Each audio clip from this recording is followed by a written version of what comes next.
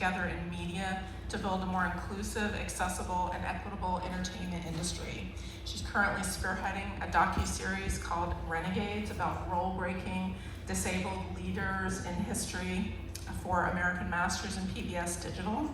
And as a policy expert with over 15 years of experience, she recently served tenure as a White House Director of Disability Policy in DC. Welcome, Dave.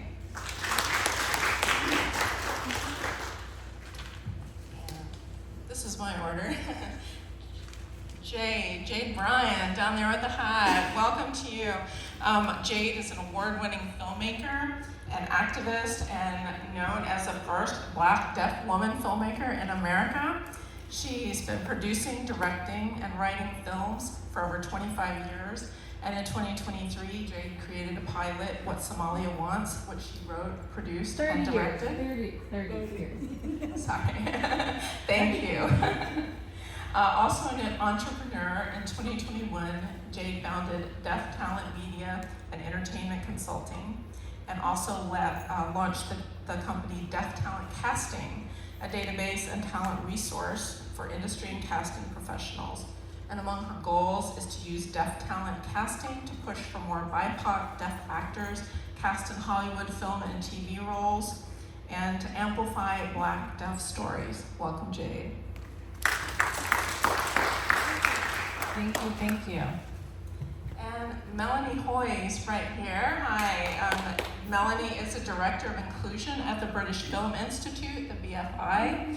She advocates for increased access and equity in the UK film sector and consults and collaborates with global partners to embed diversity, inclusion in policy and practice. Her work contributes to providing equitable opportunities to persistently marginalized communities and also in celebrating great talent. She also sits on several influential boards and committees, serves as a Europe Council leader for the Gina Davis Institute, and is co-editor of the Black Film Bulletin section in Sight and Sound magazine. Welcome, Mel.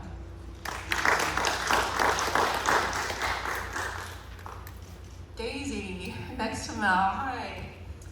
Daisy's a writer and director, and she's currently working towards a degree in film studies here at Barnard. Yeah. Her work is interested in exploring the complex relationship between embodiment, disfigurement, and desirability of underrepresented communities through film. Her work has been featured in Deadline, Out Magazine, and Director's Notes. And her directorial debut is the award-winning short narrative film, As You Are, which is about an interabled relationship between two young women, which has played many prestigious festivals, including Frameline, Outfest, Chicago International Film Festival, and of course here at the Athena Film Festival. I hope you all get a chance to see this terrific film. Welcome, Daisy.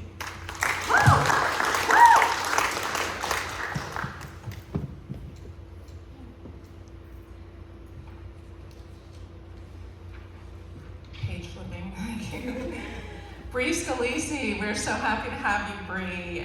Bree, on the end, is a writer, model, disability rights activist, content creator, and actress. She's professionally modeled for Google, Victoria's Secret, Sephora, Nike, Adidas, Tommy Hilfiger, many more. She graduated Columbia with an MFA in nonfiction writing in 2020, and she also happens to be one of the co-stars of Daisy's film, As You Are. So please welcome Bree. Great, well, we're gonna be so happy to have you all. We're gonna be covering, talking about a number of topics here today, but I would like to kind of start by reading just a few statistics from a recent study to kind of frame our first line of conversation. So a Nielsen study done in 2022 on disability representation in film and TV had results saying that approximately 26% of the population is currently living with a form of disability. Out of 164,000 films and TV shows that premiered over the last century, only 4.2% had significant representation of disability themes or content. An adjacent survey found that people with disabilities were often likely to take issue with portrayals of disability in film and TV. Viewers with disabilities were 34% more likely to say there was not enough representation of their identity group in film and TV. And the viewers with disabilities were 52% more likely than those without to characterize disability portrayals as inaccurate. So using those statistics as a jumping off point, I'd like to talk about storytelling first, among many topics we're going to cover today. Could you talk about, I'd love to hear from some of you about what do you consider authentic storytelling? What does that mean, authentic storytelling?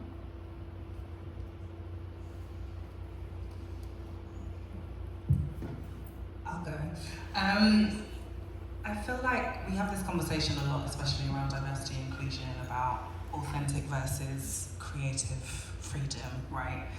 I just see it as, if you're making a film, you do your research and you tell the story properly. Like, if you were doing anything historically, you would make sure that it was as kind of, not jarring as possible. It reflected what you were trying to show, what story you were trying to tell.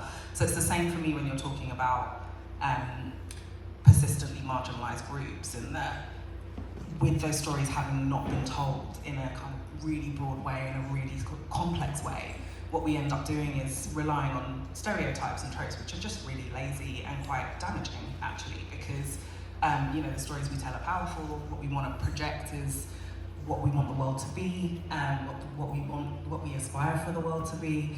So for us at the BFI, we have a disability representation panel, which helps to, in lieu of us actually kind of hiring in a more diverse way, which is the next step.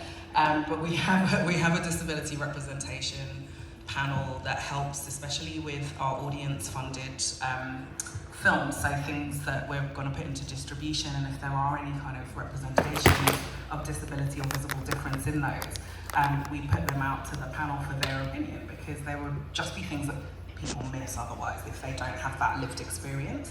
And that has actually meant that we haven't funded films for distribution, or we haven't taken them on, and we're looking to spread that out across. We have done that a bit with our funding as well in terms of what we're making. So I think, going on the disability justice tenet of nothing about us without us, it just feels like if you're going to be telling these stories, you need to understand, not be lazy and not be replicating tropes, and kind of really understand what a complex and interesting portrayal of people is like, and disabled people is like. So for us, and that goes into our policy as well around diversity standards, it's really about not being lazy and kind of telling all the stories that are possible to be able to be told. So from a kind of funding point of view, that's what we're interested in. We're not interested in telling lazy stories. And I'm going to add to that, if that's all right. So one of the statistics you mentioned was that the Nielsen numbers were that 4% was representation. That's in front of the camera. That is not who's telling the stories behind the camera, right? And we just saw Ella's film, right? Now, she told her own story, her own experiences, and we got to see this entire arc and growth. Now, if it was somebody outside of disability, there might be, it'd still be a great movie, but there might be pieces missing. Like, think about her personal response to the idea of yes surgery, no surgery. That's a very personal story, right? We might not have gotten that kind of depth because it would be somebody from the outside looking in. It would have been, right? The movie starts about her search for anyone out there. Well, then the idea is, I found them. That's the end of the movie. But because she was telling her own story, she's like, there's all these other complicated feelings in it. It's a story about parenthood as much as anything else, right? And those are things that might be missing. So authentic storytelling is also making sure that there's this kernel of truth, right? Most documentary, most film in general is reflecting sort of a truth about society and about individuals. Documentary historically has been very extractive, right? You go in, I'm gonna tell this story about this community that the world has never heard. That's great, it's educational, but when you walk away, that community is the way it was. And you're also outside looking in, so you might think something's important, but you're missing maybe some of the nuance of what it means. And so, in some ways, making sure that people have the the resources and the support to be able to tell those stories means that we as an audience also get a richer, more full library of experiences that we wouldn't have otherwise. Daisy, did you want to say something? I had a thought, yeah. I think also to go off that with the nuance, I think in order to have something that is truly authentic, you have to like take your ego out of it in a way that a lot of other film doesn't necessarily lend itself to, because I think as artists you want to kind of put your thoughts first, you want to put your ideas first, especially if you are a writer, if you are a director. But also the spectrum of disability is very, very nuanced and very different, and you have to sort of have the wherewithal to say, okay, this is where my knowledge ends and this is where yours begins. And I think it's much more of a collaborative process in terms of freely doing something authentically, and you have to be willing to, if you do not want to tell a story that's exactly your story, you gotta be willing to meet people halfway or be willing to collaborate in a way that's much more generous and much more deep, and honestly makes for a much more beautiful product in the end. But I think having truly authentic stories, especially disability stories, you have to take that ego that's usually in it out, at least in some way, which I think is an important part. Thank you. And I also wanted to ask the question, how important is it that stories be told with disabled characters that are not necessarily about the disability itself? Let's talk about that. Bree?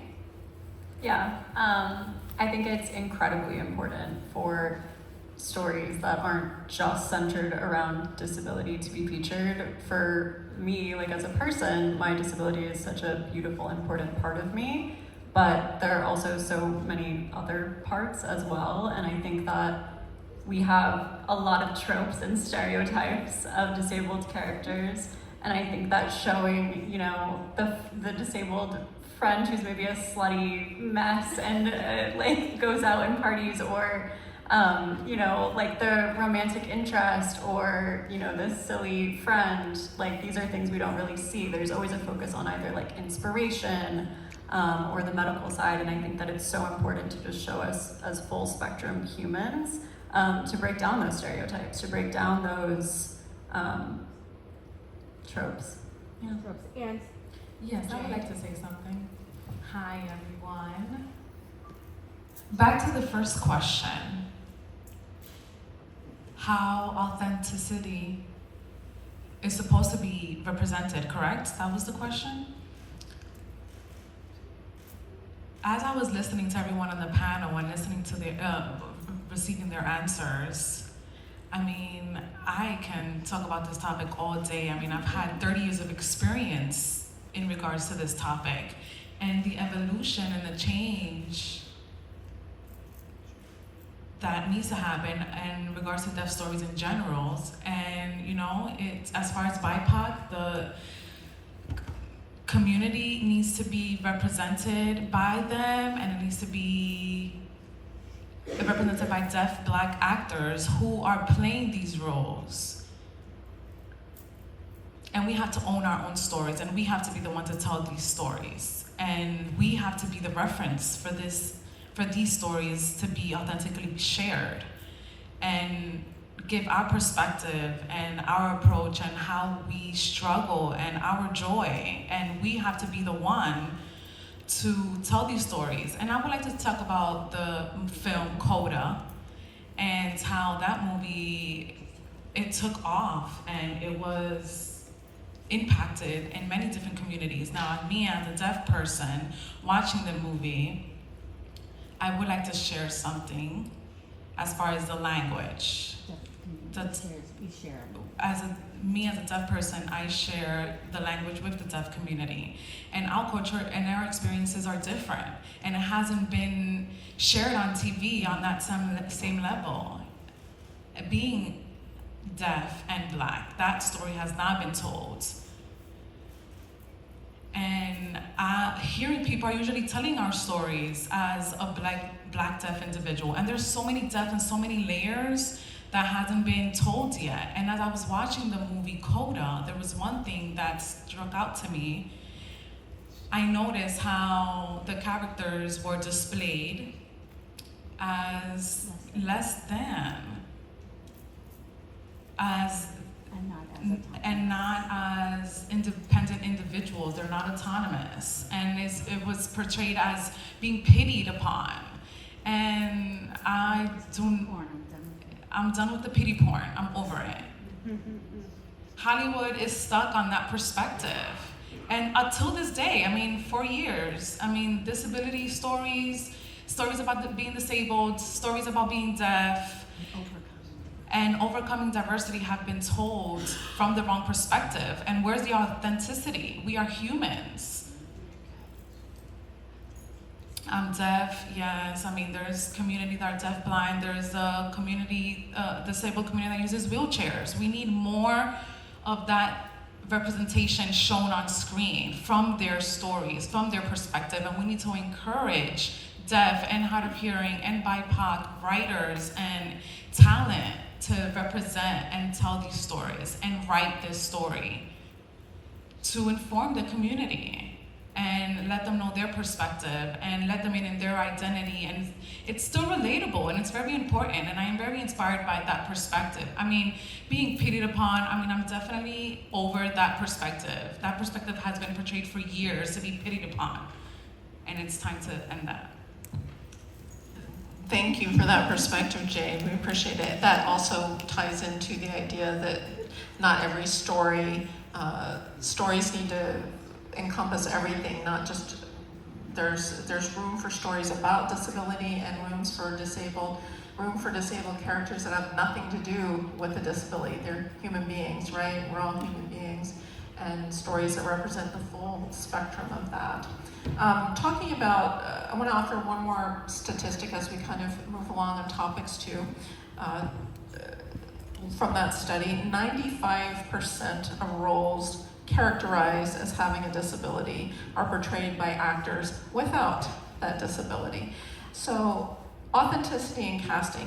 What's harmful about casting roles inauthentically? We'll talk about behind the camera in a minute, but right now we're going to talk about in front of the camera. Why is it harmful for roles to be cast that are disabled roles by actors who do not have those disabilities? So many reasons.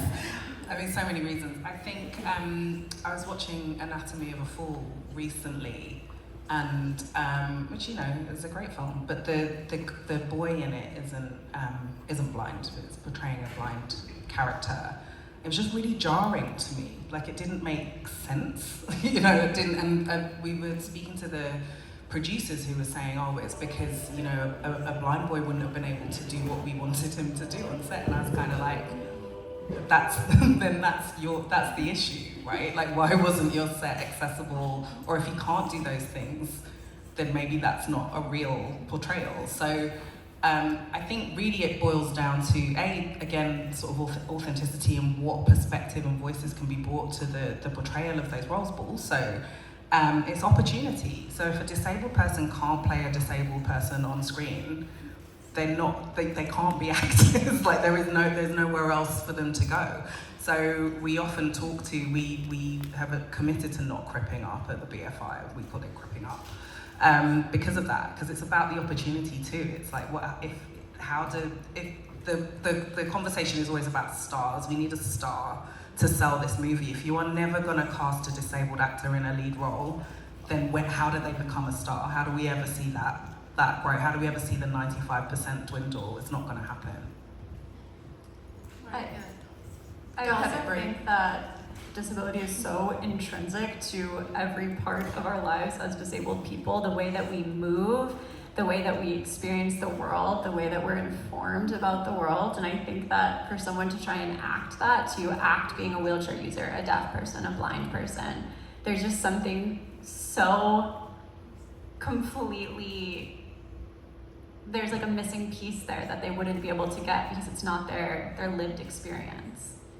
Well, and then they end up hiring, we had an actor that's on our disability advisory group, who wasn't cast for a role but then asked to be brought back to show that the person who didn't have a disability how to use a wheelchair. It's like, just cast the person who's going to be able to do that. I mean, it's insane. It doesn't make any sense. And for deaf roles, and Jade, I'm sure you are fully aware that, you know, people who aren't native signers are so obvious to those in the deaf community. You cannot learn to sign fluently overnight. That's a lifetime. That's a long, dedicated time. It doesn't work.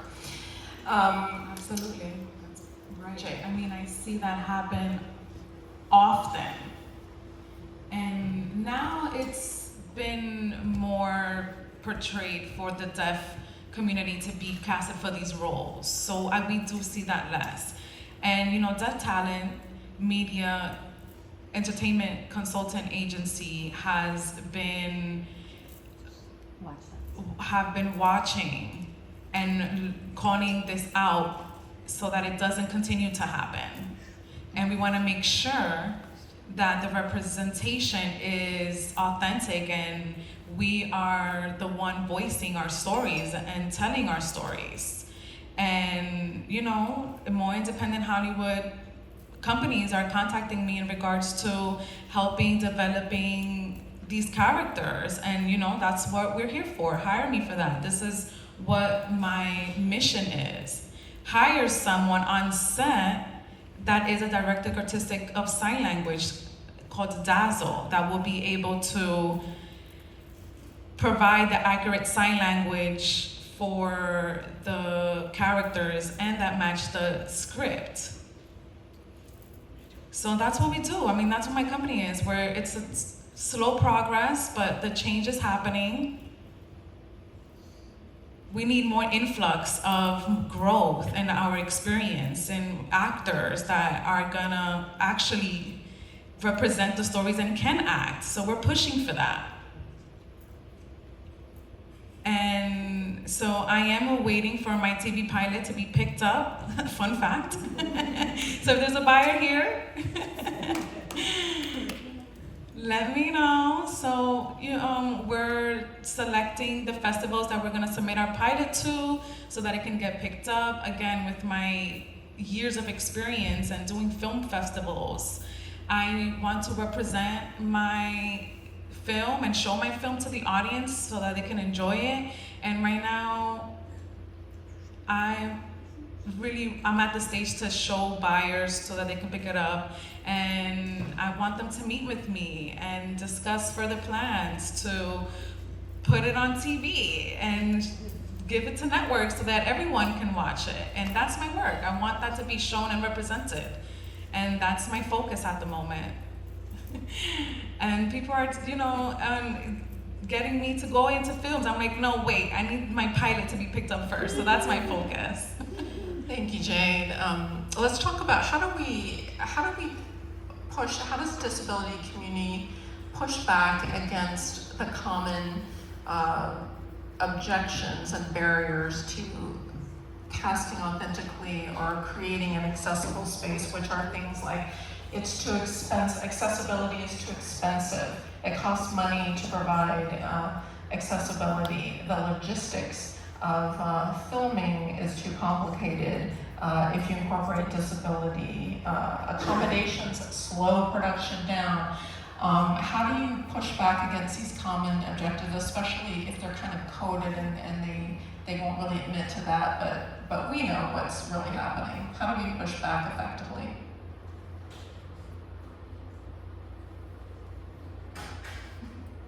We have accessibility built into policy. So if you're getting funding from us, there is a part of the diversity standards which you have to meet to get our funding. One of those is about access and accessibility. So you need to be telling us how you are doing that on your set. But I think it is about a mindset shift. So, I mean, with all of my work, a lot of that is about embedding diversity, inclusion, and access into people's work and into their thought processes. So anything less than, if you're just thinking, oh, I don't have any money, so I couldn't possibly have an accessible set, that's a failure of imagination.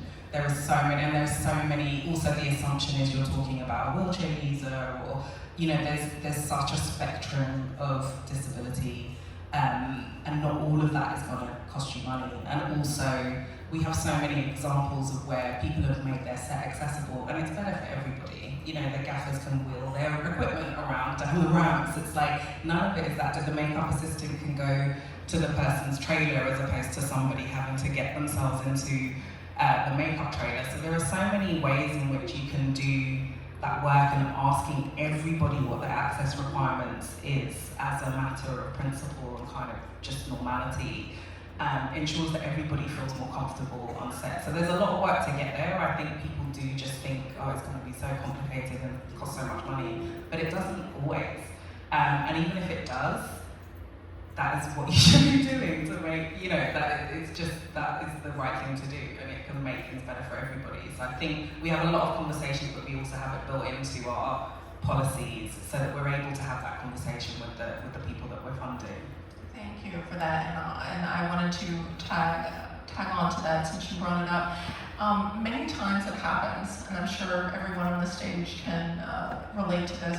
Many times it happens, somebody well-meaning will invite a person with a disability or need of access in some way into a situation, a work situation, a conversation, anything, well-intentioned, but what happens is that the person gets there and finds that the space is actually not accessible.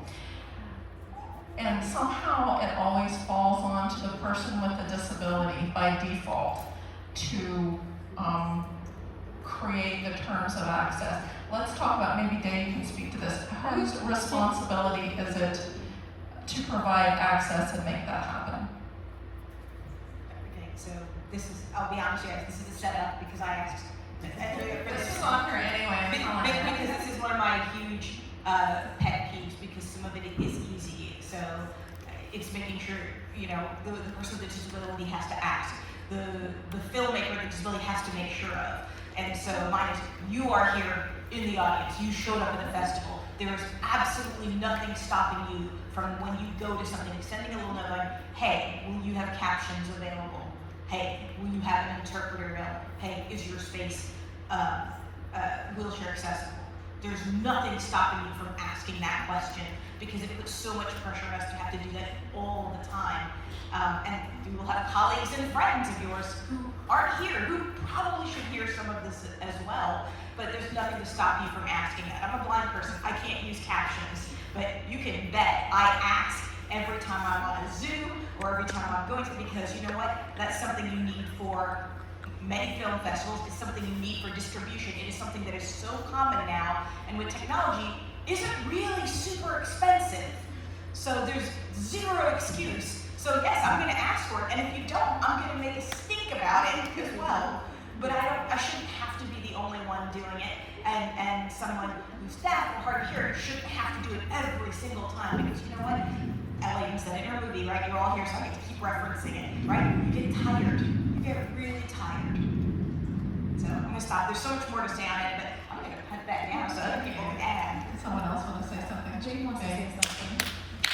I wanted to add, when we talk about accessibility specifically, I mean, there's much more depth that goes into that topic. People see money and expenses, but accessibility is a commodity. Yes. And we need to get sponsors, and often it does cost money, but it's not announced. Oh, we need money for this. Let's do this. We'll say we need money for accessibility, but then we use those funds for something else. Or sometimes sponsors actually will sponsor something specifically to be accessible, and they won't actually use that money for accessibility purposes. So you see that happening as well. And we really need to pay attention to that. Well, people say, oh, it is accessible, and they've used that funding, but it is actually accessible in like one way, but not in a lot of different ways. And they're using it for other purposes. So we have to also be wary of that when that comes up. Yeah, I also think like it's this thing where people are waiting in a way for it to happen on the highest level in the studio system, and that's not going to happen right now. So I think starting in the indie space, even though it does cost money, it's a way to also be creative. Like I was just on a set and we were prepping to have a chronically ill actor, and so we asked a massage therapist student who already needed their hours for massage therapy school to come in and be a body worker on set, and that cost $0. And if when that film comes out and that film hopefully does well on the festival circuit, we can say we were an X amount of money small budget set and we did this, and this. You as Fox, you as Netflix, you as whoever have no reason not to do it too. So I think setting the precedent on an indie level in ways that don't cost that much money and are easy, quote unquote easy, and make a huge impact, I think, and that's how you start. And also like, you also start by having really good stories that are accessible about disability, and people say, wow, that's an amazing story, how can we sort of do that? And the more, I mean, everything's cyclical of course, but the more accessible sets with disabled actors you have that create amazing stories, it gets out there and then people start to take notice, and then it's a cycle. But I think starting in the indie space is less unattainable than people think it is. Thank you for that. Let's talk a little bit about behind the camera. Disability representation behind the camera in crew roles, in the director's chair, in the producer's chair, creative executive roles, decision maker roles. Are the barriers any different for those wanting to be hired for positions behind the camera with a disability? What do you think? It is difficult. It is a pain in the ass. And I don't have a more politically correct way to say it than that, right? Hey, I'm a blind person. I walk in and go, I'd like to direct a movie. Please give me $500,000. They're going to laugh, right? And that's not because I can't, but it's because it's just not something that people are familiar with. And this is where those biases start to play a role that can be very damaging. Bias, right? An unconscious bias of I have no idea how she'd do that. And there's no chance to explain. There's no chance to even show what you've done before sometimes. It ends up being lots of little steps that take time. And a good example of this, my first film, and actually this is how it is, I made my first film. What is and it aired on PBS. Yay, that's great. Why did it air? Because I did what's the most common thing that they would air? It's about the Civil War, right? But it did well. So I was able to then go to them saying, hey, I want to do this story about amazing folks with disabilities in history. We don't know, we're not sure, disability is not sexy enough. Tell everybody about that series. So the initial thing was, it's not super sexy, but all right, you already did this one film on the Civil War, and it worked. So we're gonna give you a little money to make this thing about this person with a disability. I'm like, oh, I've got somebody for you. And so there's this pressure because you have to make it good, and you have to make it sexy and fun and exciting and all these things that are beyond. It can't just be a regular movie. There's this pressure. So we're gonna do a story about this woman called Kitty O'Neill. She was the fastest woman in the world and held that record for 50 years. She was a stunt woman. She was the high fall stunt double for Linda Carter and Lindsay Wagner. So basically, this woman was the bionic woman and Wonder Woman and the fastest woman in the world, and she was also deaf. And so we told a story about this woman who was this complete badass, and I use that term whenever we talk about it because it wouldn't use the term in the film because it's PBS. And they're like, oh, this is kind of neat. And suddenly in their rankings for just a short 10-minute film, it started going up. It's like, oh, this is doing really well. It's in like the top 15 of all of the stuff we put out. And I'm like, so can I have that money to do a whole series? And suddenly the answer was yes. But it took 5 years. It took putting out another movie. It took bringing on a producer that they knew. It was a whole list of things to get to that point. And then this year I recently threw another curve and said, so yeah, you gave me the money. I don't want to direct and film those. I'm going to bring on these 12 other filmmakers with disabilities, and they're all going to do the different episodes instead of me. And the idea being, once they have that gig, that pathway within PBS, then they're more likely to get hired for other things. But for behind the camera, because there's money involved, whether we like it or not, there's that question of risk. And the problem with that is, well, I don't know that if they can do it. What you didn't know about this other guy, but you gave him the money. Your question about this person is because they use a wheelchair, or they're deaf, or and it shouldn't be like that, but it is. And so part of that is PBS recently announced this last fall their VIA initiative.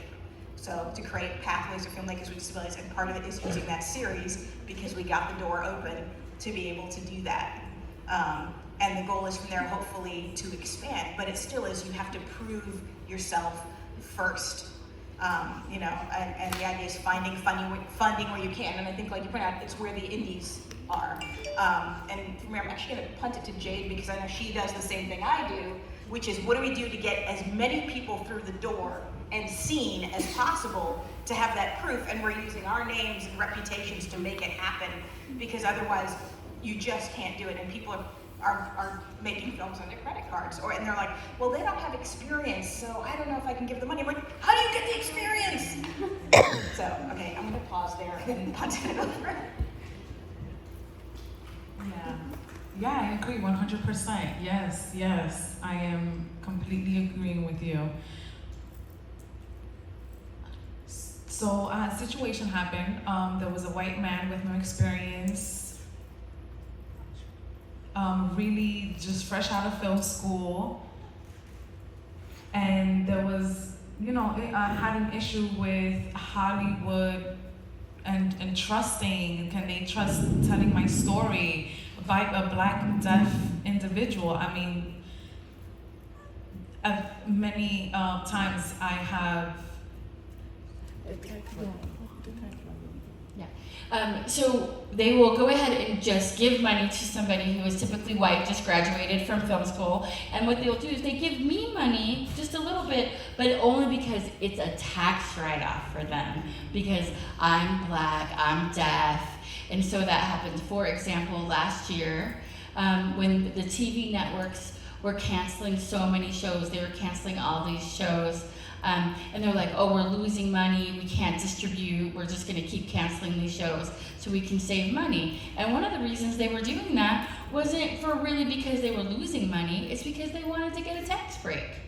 And so a lot of times they're doing these things out of fear or whatever, and there's a lot of the business side of it that's a little shady. So I would like somebody to give me money because I'm a great storyteller, and you believe in me, because sometimes you're just giving these money who actually don't have the same credentials I do. Right, thank you for that, Jade. We're amazingly in our last moments here of the panel conversation, which flew by way too fast. I do want to mention something related to Bree. You and Daisy actually, you are, young creatives, both of you coming up in this field.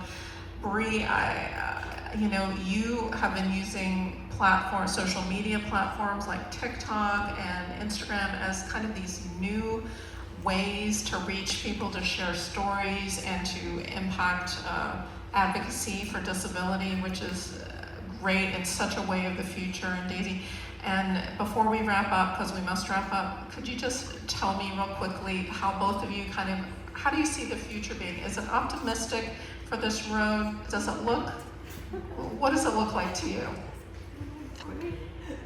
I think, as a person who kind of came up in the age of social media, but at the beginning of my teenage years, it wasn't as prevalent, it has created an incredible community for me. I was the only visibly disabled person at my high school, in my elementary school, and so when I found this community on social media of other disabled people, it made me feel so much more seen, so much more worthy, so much more accepted and loved, and I was able to love myself more, finding my community. And so I think social media in general, although there are downsides for sure, has been really, really beautiful in connecting a lot of disabled people. So I do think there's hope for sure. And I think that so many voices and disabled advocates have been able to come up. There's an amazing one in the audience right now.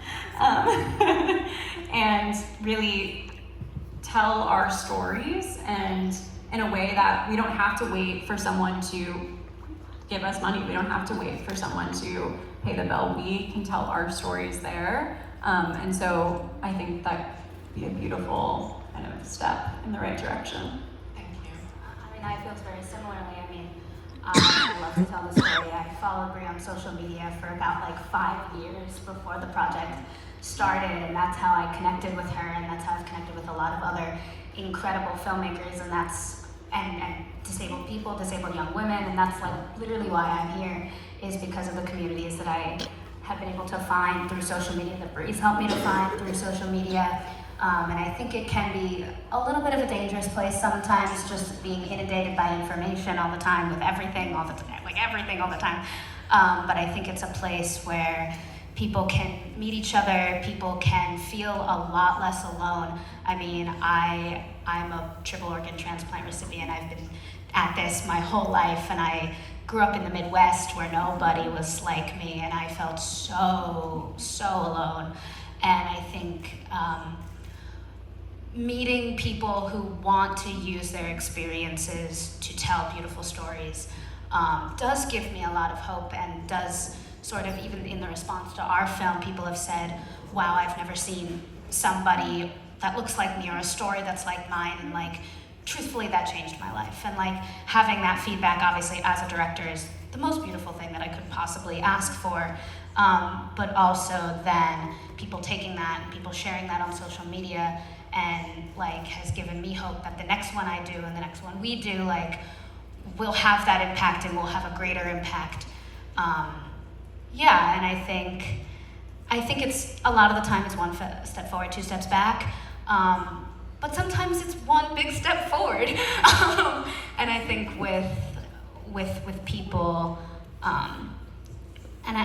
people connecting, it can be really, really beautiful. And also in terms of like communities and like mutual care giving, care receiving. Like, I have a friend who I actually met on social media who is in the chronic illness community, and I connected her with a bunch of other girls, and I sent her a link to the team of mine in Omaha, Nebraska, who is the only ones that are working on like further medical innovations for what's going on with her. And she went to Omaha last week to get treated by my team because of the girls that I helped her find on social media. So like, storytelling wise, social media helps. Medically, it's helping. Like, that's a long answer to your question, but yeah, I think there's hope. Well, thank you so much. That's fantastic. And as we wrap up, I think that the bottom line is moving forward. The word is community. The importance that we move forward together in the spirit of community, together, working together, and that's the one advantage that is going to make the path better for every future generation, right? Well, we do have to wrap it up now, but I want to say thank you so much to every one of you for being here today for this panel. You've contributed greatly. Thank you. Can we do a group photo? I'd like to have a group photo. Can we do that? Group photo. Jade is asking. Thank you all in the audience.